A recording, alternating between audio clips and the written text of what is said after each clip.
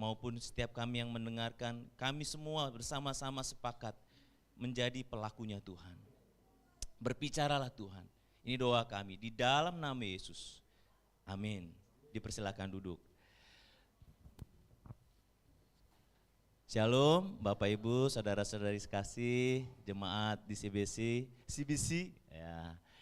Wow, saya mau bilang wow karena ada ketemu sahabat-sahabat saya di sini ya.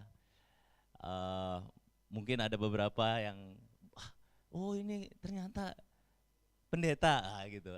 Ada ya. Tak kenal maka tak sayang.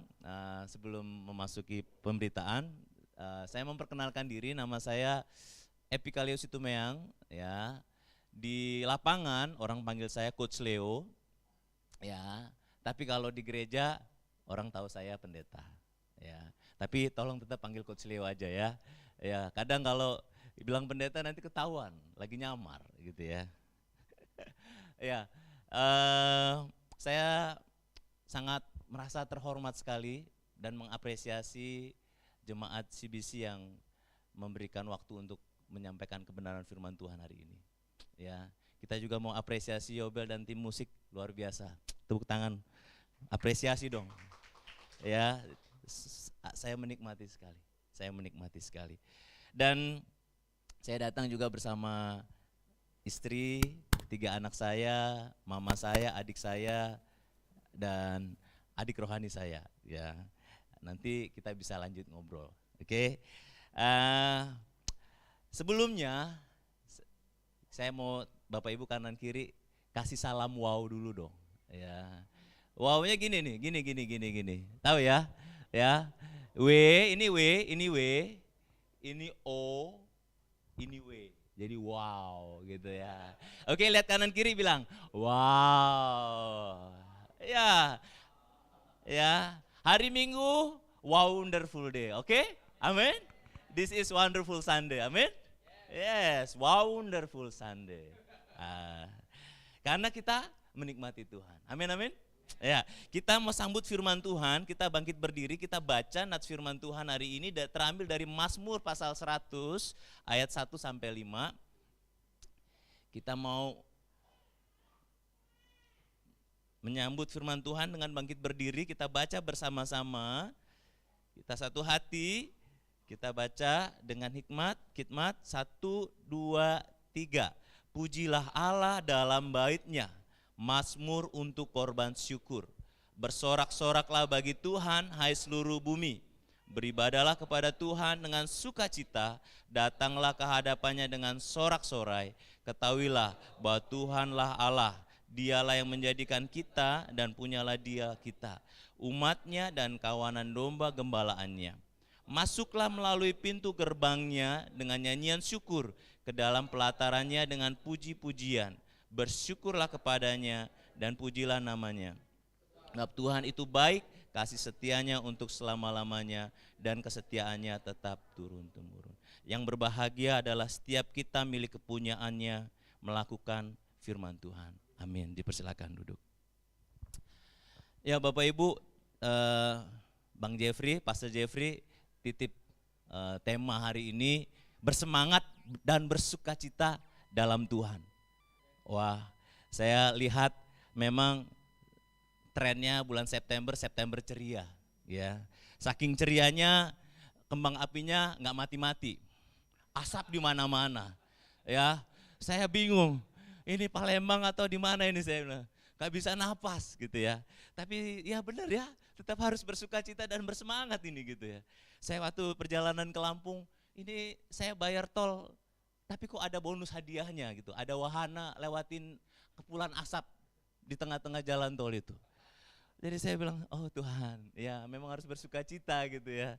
Dan pertanyaannya, kenapa harus bersemangat dan bersukacita di dalam Tuhan? Ya, tadi malam ada adik rohani saya tanya, habis pelayanan dia nanya, Bang, kenapa mukanya abang kurang ceria? Aduh deh, lagi sariawan aku di sini nih deh, bergumul aku mau ngomong. Oh gitu ya Bang, kelihatannya deh, iyalah Iya, ini gimana mau ngomong perjuangan kan? Nah, mungkin ada kondisi-kondisi yang membuat kita nggak bersukacita atau bersemangat. Tetapi bersemangat dan bersukacita dalam Tuhan itu beda dengan bersemangat dan bersukacita karena sesuatu. Kita lihat dari kebenaran firman Tuhan. Kenapa dalam Tuhan kita bersemangat dan bersukacita? Ya. Ayat 1.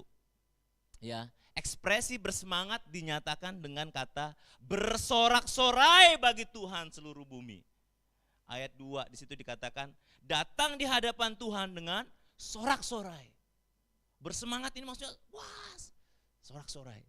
Ya. Saat ini saya mau kasih pertanyaan buat Bapak Ibu. Kalau hari ini kita nih face to face dengan Tuhan hari ini, hadap-hadapan dengan Tuhan 4 mata, apa yang Bapak Ibu sekalian akan katakan kepada Dia? Kalau hari ini Bapak Ibu face to face sama Tuhan, di hadapan Tuhan nih, apa yang akan Bapak Ibu katakan kepada Tuhan?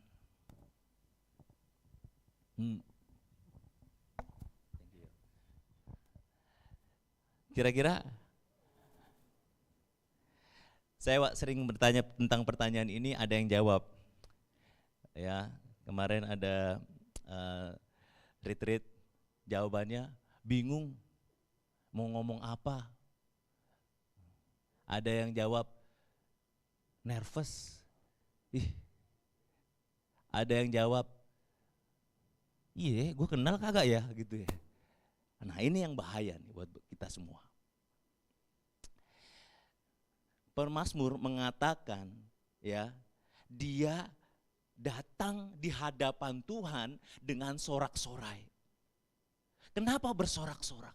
Kenapa bersorak-sorai? Itu alasannya karena dia kenal Tuhannya. Yang menjadi tragedi dalam kita sebagai umat Tuhan, setiap hari Minggu berjumpa dengan Tuhan, tetapi tidak kenal Tuhan secara pribadi. Itu tragedi. Jika Bapak Ibu tadi dapat pertanyaan tersebut, mungkin bingung mau ngomong apa. Ini kata Pastor Jeffrey, engkau Yesus loh. Mungkin ada yang berpikir, Yesus, saya Leo. Selamat pagi. Gitu.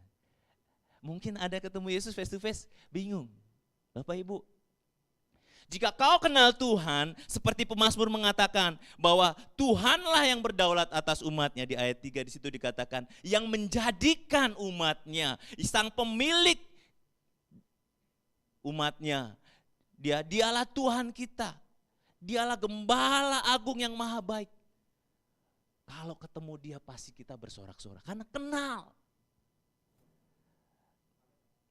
Amin. Amin. Jadi kenapa kita bersorak-sorak di dalam Tuhan, di hadapan Tuhan?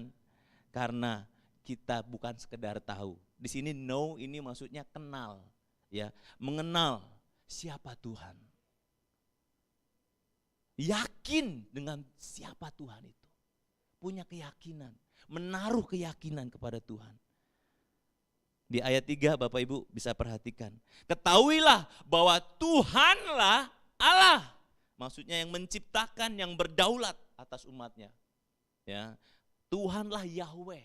Tuhanlah yang berdaulat, Elohim. Itu dia yang menciptakan. Dia tahu, ini aku bertemu dengan sang pencipta. Enggak grogi karena kenal, karena yakin. Enggak nervous karena dekat. Di situ dikatakan di ayat 3, dialah yang menjadikan kita. Wow. Jadi waktu ketemu dengan Tuhan sang pencipta face to face, bersorak-sorak karena kita ketemu yang menjadikan kita. Kita kenal nih. Jadi kita enggak Kristen jadi-jadian kan? Ya. Kita jadi hari ini sebagaimana kita ada, itu karena ada Dia yang menciptakan kita. Amin, amin. Masih sering lihat Kristen jadi-jadian? Ya? Nah ini, udah tahu belum sih? Terus Di situ dikatakan, dan punya dialah kita. Sama-sama bilang sama saya, punya dialah kita. Punya siapa? Bukan punya kita. Jadi ketika kamu ketemu pemiliknya, senang atau sedih? Senang harusnya. Hidup kita ini bukan rental Bapak Ibu. Hidup kita ini bukan punya kita. Makanya kita harus tanggung jawab. Makanya ketika kau dan aku bertemu dengan Tuhan takut, berarti hidupmu tidak bertanggung jawab di hadapan Tuhan. Berarti ada masalah kau dengan Tuhan. Berarti tidak sedang baik-baik saja dengan Tuhan.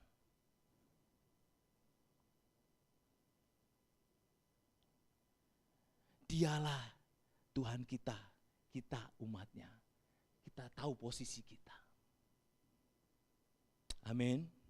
Siapa yang bangga kita punya Tuhan? Ya. Amin ya. Zefanya 3 ayat 17. Ayo kita baca. Zefanya 3 ayat 17. Ayat ini wow banget. Saya sangat bersyukur dengan ayat ini. Zefanya 3 ayat 17. Sudah dapat? 1, 2, ya. Tuhan Allahmu ada di antaramu sebagai Ia bergirang.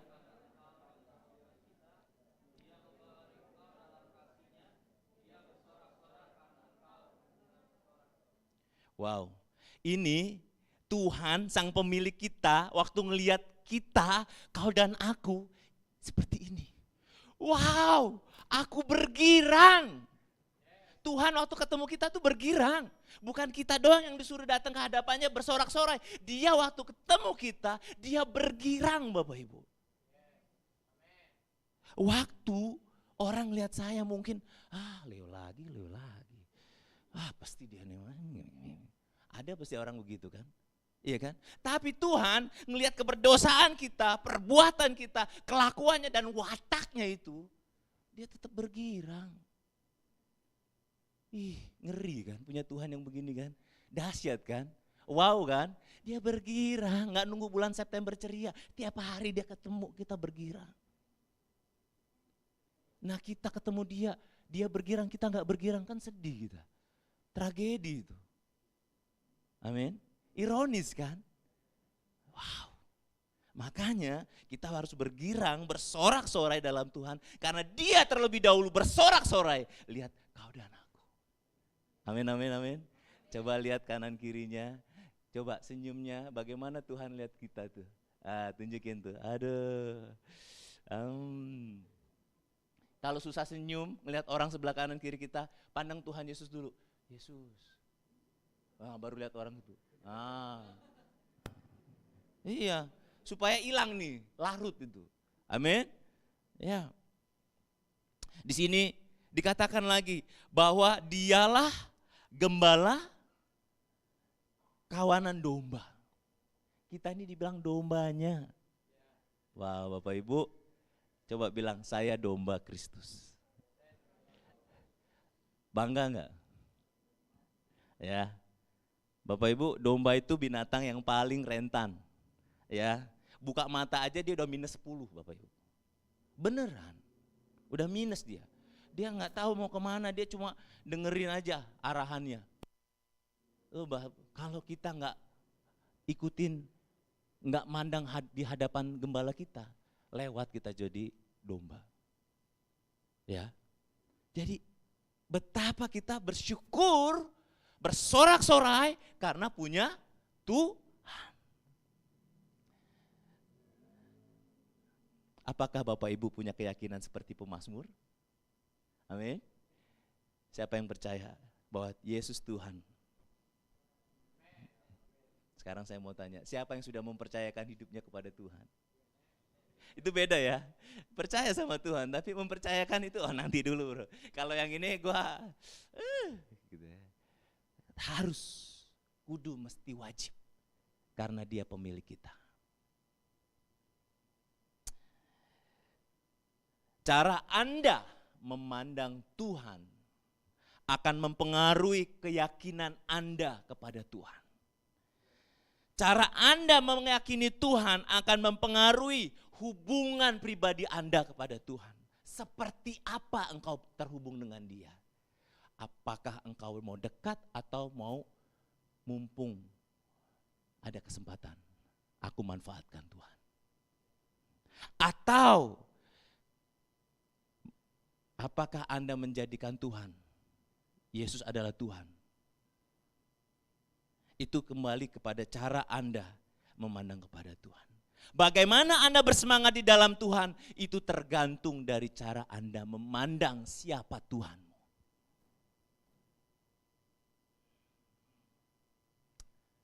Amin.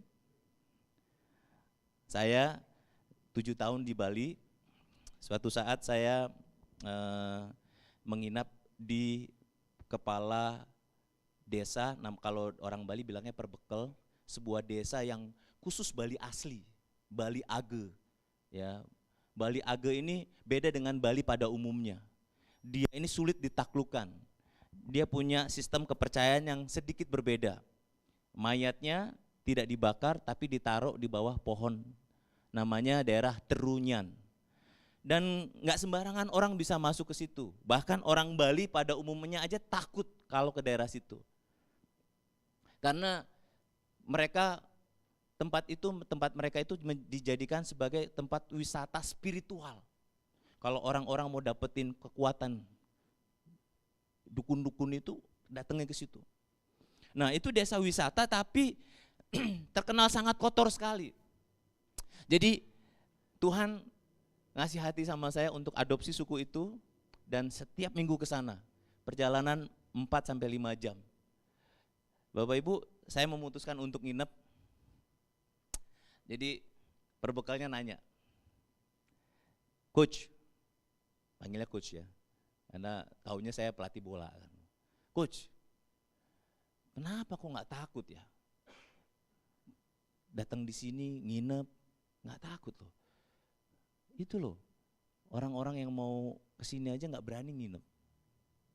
Kenapa? Desa ini, tahu nggak itu? Puranya itu, ini pura Pancar Jagat. Nggak sembarangan orang bisa masuk pura ini. Orang Bali aja masuk sini nggak bisa pulang dengan tenang kalau nggak bener. Tapi Coach berani nginep sini. Saya cuma bilang, saya melakukan segala sesuatunya di hadapan Tuhan. Dia sudah dengar kabar baik ya. Jadi saya ngomong apa adanya langsung, nggak ngomong jelas-jelasin lagi. Saya lakukannya apa adanya di hadapan Tuhan. Oh, di situ ada jenglot tuh Coach. Nggak takut Coach. Ya nggak apa-apa. Saya di hadapan Tuhan. Saya melakukannya bersama Tuhan. Sama Tuhan. Coach tahu nggak? Mahasiswa KKN itu Coach. Jadwal KKN-nya 3 minggu, tapi seminggu aja udah minta pulang tuh. Nggak tahan Coach. Diketemuin sama arwah-arwah itu. Ya nggak apa-apa. Kalau saya ditemuin ya tinggal say hi gua. Perbekalnya tuh coba nakut-nakutin. Tahu teman-teman? Kita nggak satu hari, kemudian saya bawa tim 1 bulan tinggal di situ. Kita bersihin desanya, bahkan bisa terima Yesus.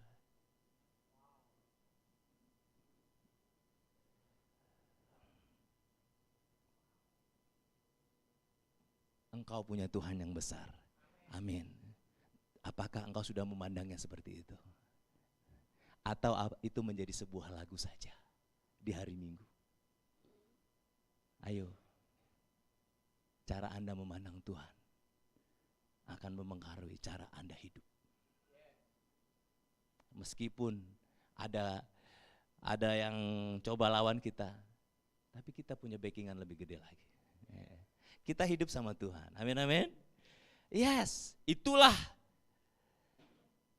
yang menjadi pembeda kita. Kita punya Tuhan. Kita yakin dengan Tuhan, makanya saya mau datang ketemu Dia dengan sorak-sorai. Amin. Haleluya. Kita tepuk tangan buat Tuhan.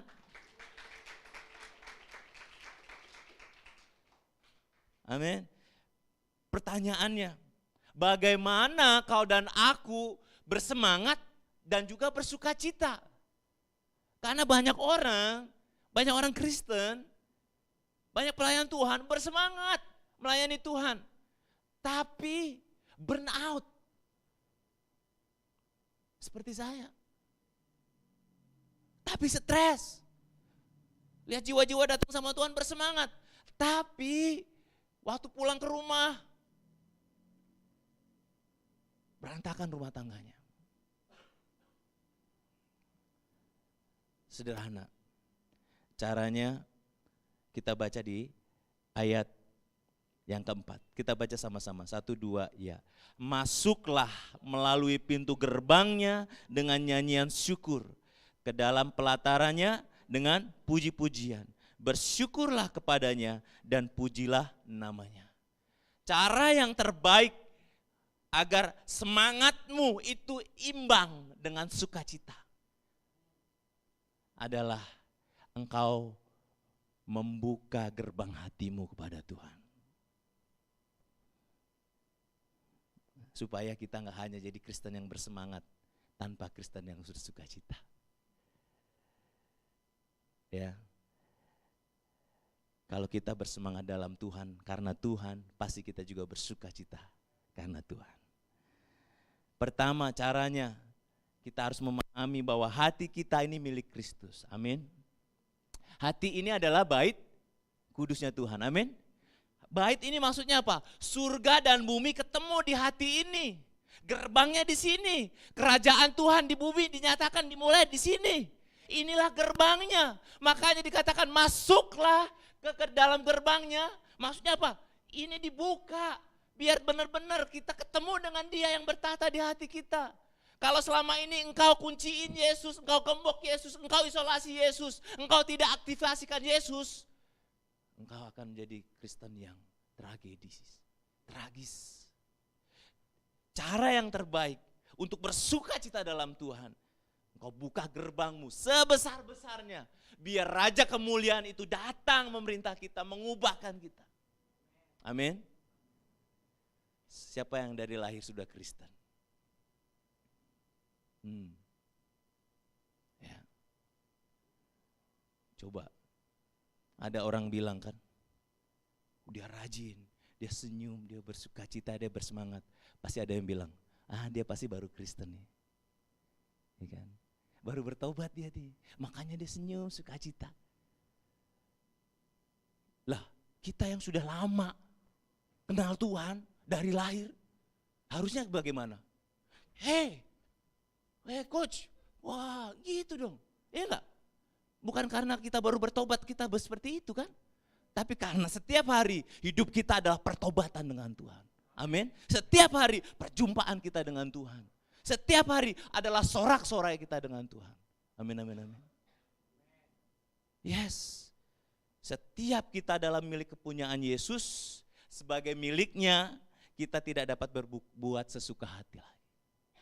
Makanya kita buka hati kita supaya kita tidak berbuat sesuka hati.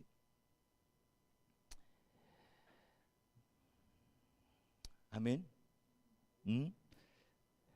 Bersyukur kita punya Tuhan yang bertahta di hati kita. Aduh, ini kayaknya berat nih. Gua aja lah yang jadi raja. Ya, Tuhan sudah mati, ya kan? Ada ini ya kan? Semuanya serba iPhone, ya kan? Nggak ada lagi. Ini HP-nya Tuhan, nggak ada lagi. Ini adanya iPhone. Semuanya rindu menjadi Tuhan, tapi belum tentu menjadikan Tuhan di hatinya. Oleh sebab itu, Bapak Ibu, kita sebagai milik kepunyaan Tuhan, berikan hatinya pada Tuhan. Buka gerbangnya besar-besar. Bertemu dengan Tuhan. Amin. Yakin percaya Tuhan ada di sini, hadir di sini? Amin. Ku yakin Kau hadir di sini. Mau lihat Yesus? Lihat saya. Harus berani bilang begitu. Kenapa? Dia ada di sini. Di mana Yesus? Enggak ada di gereja. Ya, ada di sini. Jadi dimanapun orang Kristen berada, bisa lihat Yesus enggak? Orang-orang. Yes, dia ada di sini. Amin. Inilah harus kita buka lebar-lebar. Karena dia hadir di sini. Sudah puas enggak dengan Yesus yang hadir di sini? Bapak Ibu, Kalau Yesus yang maha hadir itu tidak memuaskan engkau, yang kekal, yang abadi, yang setia turun-temurun, dia tidak bisa memuaskan engkau. Apalagi harta, jabatan, tahta yang kita punya, nama yang terkenal, itu tidak akan bisa memuaskan kita.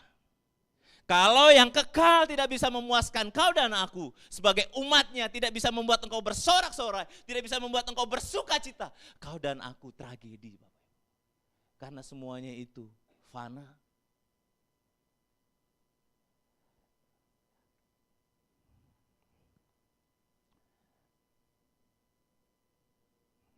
Orang tanya sama saya, bro, bener lo panggilannya jadi pelatih bola, bro? Ngaca dong. Lu S1-nya udah musik gereja, S2-nya teologi ya. Udah jalur tepat lu jadi pendeta, mantep, udah penempatannya bagus. Mau makan apa lu, bro?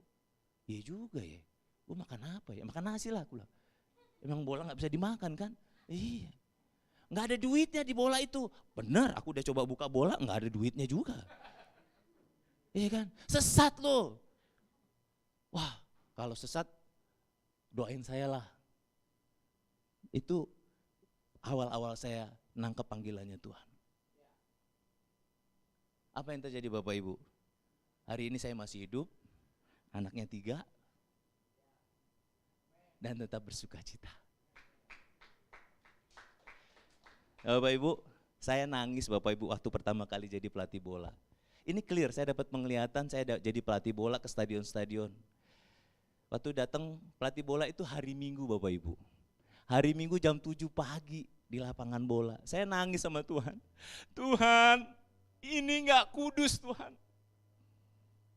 Saya itu setiap minggu bisa 7 kali khotbah Tuhan. Perjamuan kudus, udah kudus banget lah aku Tuhan. Ini loh Tuhan, gak ada mimbarnya, ini panas. Saya ngerutu terus sama Tuhan. Tapi kenapa engkau panggil aku jadi pelatih bola Tuhan?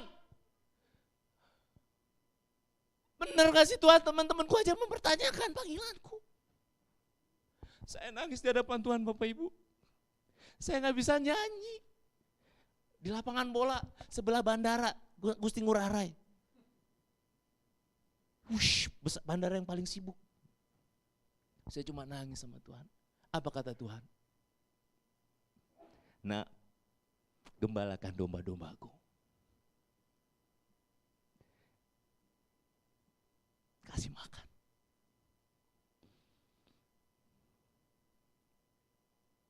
Saya menangis Bapak. Karena bagi saya, pemikiran saya, yang saya tahu saya menyembah Tuhan itu harus di dalam gereja Bapak Ibu. Yang saya tahu dari teologi saya pelajari, menyembah Tuhan itu ya harus begini. Tetapi ketika saya membuka hati selebar-lebarnya pada Tuhan, saya menikmati kepuasan mengikuti Tuhan. Bagaimana orang bisa datang kepada Tuhan, suku-suku datang kepada Tuhan, jiwa-jiwa datang kepada Tuhan.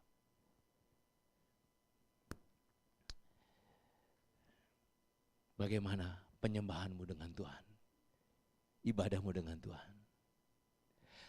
Di sini nyata bahwa ibadah syukur kita bukan setiap hari Minggu. Ibadah syukur kita bicara tentang keintiman setiap hari kita dengan Tuhan. Bagaimana kita menangkap isi hati Tuhan, mendengar suara Tuhan. Di sini dikatakan Bapak Ibu, masuklah. Pertama ada step. Saya masuk buka pintu gereja dan di situ apa? Ada prosesnya, ada langkah demi langkahnya. Habis itu masuk ke dalam pelatarannya. Habis pintu gerbang pelatarannya. Habis pelatarannya ke hadapannya. Bapak Ibu, Tuhanku dan Tuhanmu memanggil kau dan aku untuk intim, karib, dekat dengan Dia. Bukan setiap hari Minggu saja, tapi setiap saat kita dekat dengan Dia. Itulah yang menjadi sukacita kita, dekat dengan Tuhan. Seperti yang lagu kita nyanyikan, saya sangat dikonfirmasi firman Tuhan hari ini dengan lagu pujian. Wow, itu indah sekali. Kenapa kita harus dekat dengan Dia? Karena Dia sumber kita, amin. Yes, Bapak Ibu. Kita dipanggil untuk hubungan yang intim dekat dengan Tuhan. Bukan untuk pelayanan. Wahyu 3 ayat 20, mari kita baca.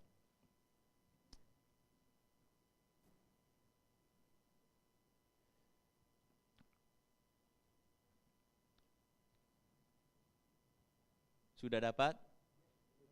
1, 2, ya.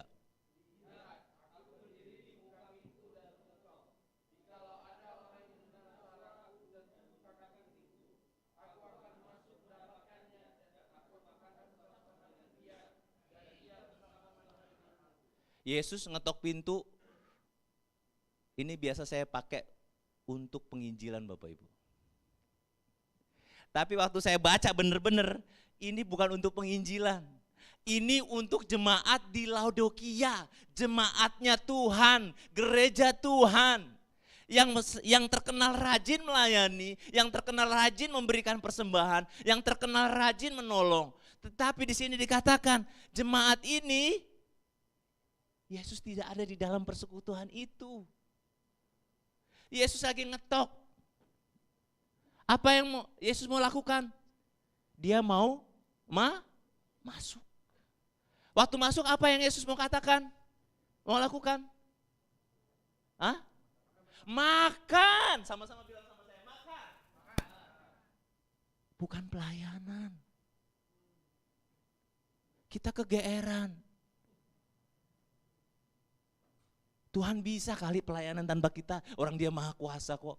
Ribet banget sih, jadiin semuanya jadi gampang ini. Dia cuma mau kita makan. Waktu kau dan aku makan, maksudnya itu tradisi pada saat itu gak sembarangan orang bisa makan bersama-sama dengan seseorang tertentu. Yesus waktu makan sama orang berdosa disebut, wah dia udah kayak orang berdosa kan, sederajat. Waktu Yesus mau ketemu kita, makan bersama dengan kita, Dia mau bilang, ayo nak, kamu sederajat dengan aku. Kamu bukan orang berdosa lagi, kamu anakku.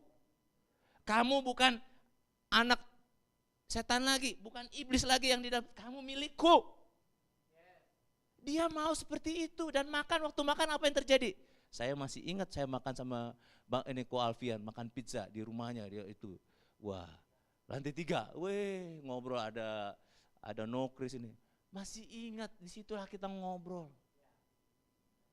Waktu ngobrol, apa yang terjadi? Saling terbuka, amin. Benar kan?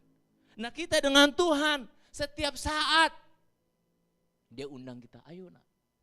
Kamu tuh capek nak, lemah, letih, lesu dan beban berat, datanglah. Ayolah, bukalah pintu hatimu. Lebar-lebar, aku mau masuk ini. Gitu.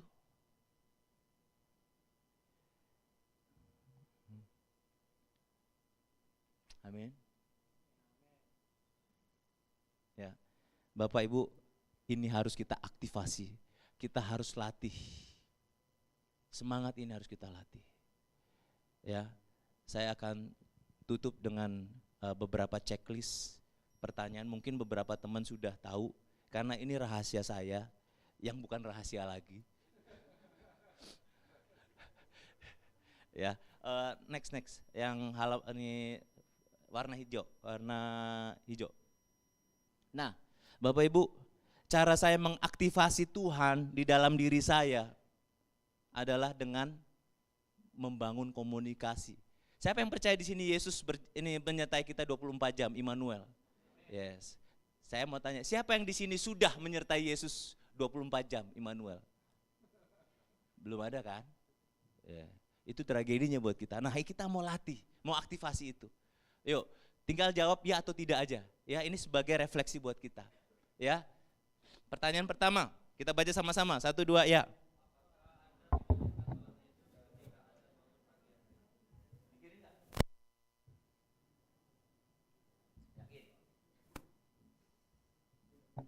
Kata wong Palembang jujur baik.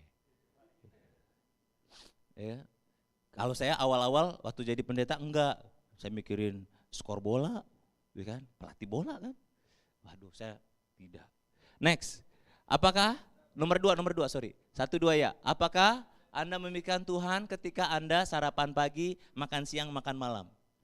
Wahyu 3 ayat 20. Kita makan bersama Yesus. Waktu makan pagi, siang, malam, mikirin Yesus enggak? Ya. Saya mikirin kapan gue nambahnya ini kan gitu. Ya. Awal-awal waktu punya baby si Dei, saya itu fokusnya pulang dari lapangan capek pengen makan duluan. Saya praktekin ini Bapak Ibu. Tuhan, kalau Tuhan lagi makan sama aku gimana ya? Nanya lah, ngobrol kan.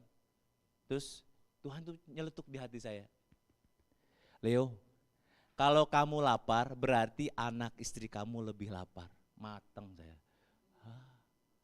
Langsung, oke. Saya taruh piring saya, sayang aku aja yang suapin.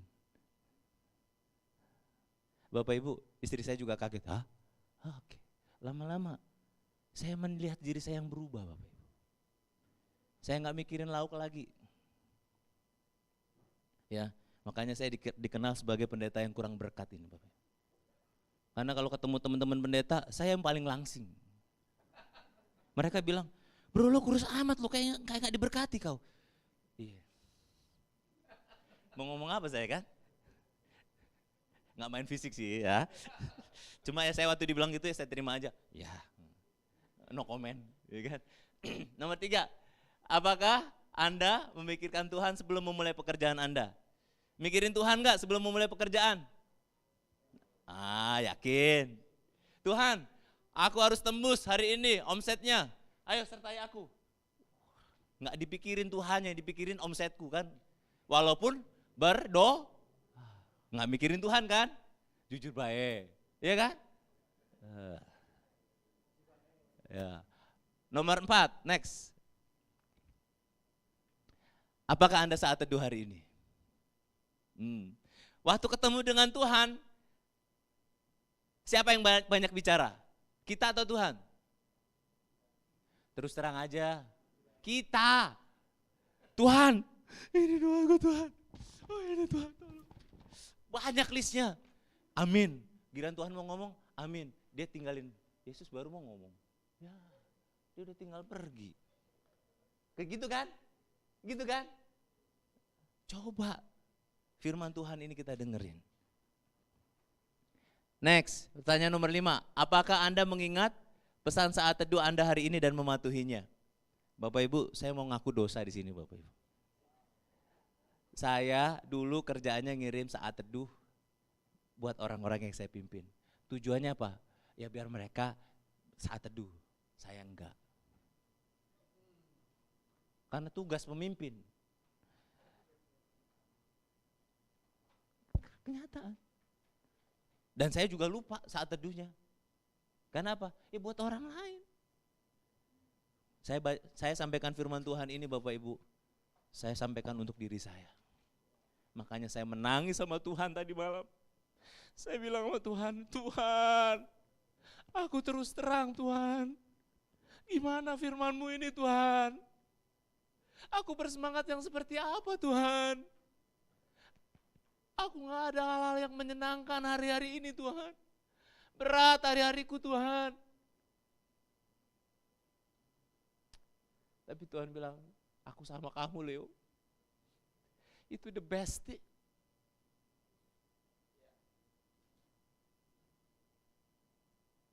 Itu yang menguatkan saya.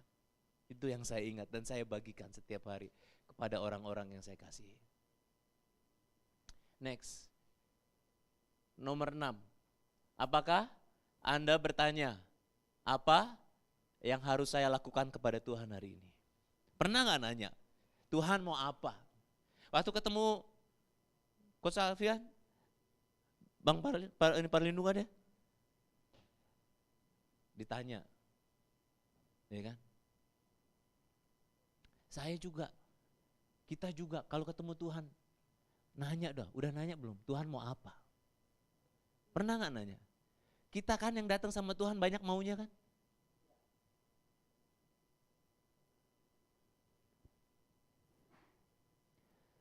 Saya pernah datang sama Tuhan. Tuhan mau apa? Ngeri jawabannya. Leo, ini di hari ulang tahun saya. Saya biasa ngasih kado kan, saya minta kado sama Tuhan ya. Tapi karena pertanyaan ini saya praktekin. Leo, Tuhan bilang begini, Leo, ini hari ulang tahun kamu, nanti di ibadah kamu mengakui dosa kamu. Hah? Mengakui dosa? Maksudnya kamu tuh sombong. Hah? Sombong? Maksudnya kamu kan bangun ketua pembangunan kampus misi di Bali.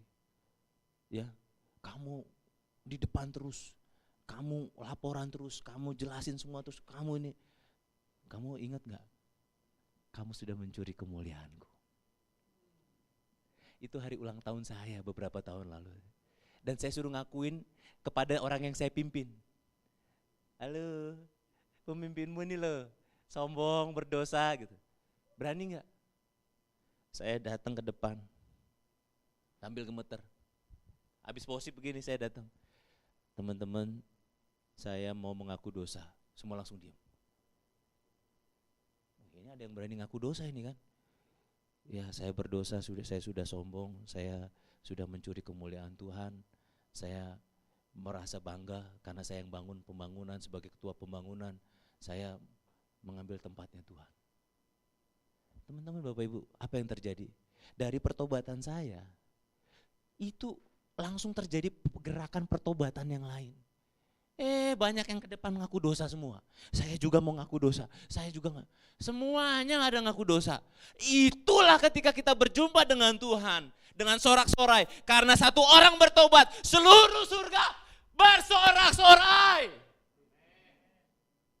Saat kau dan aku berjumpa dengan Tuhan, ada pertobatan kita dengan Tuhan. Di sorga lebih bersorak-sorai dengan kita, lebih bandingannya gak ada apa-apanya sorak-sorai Tuhan.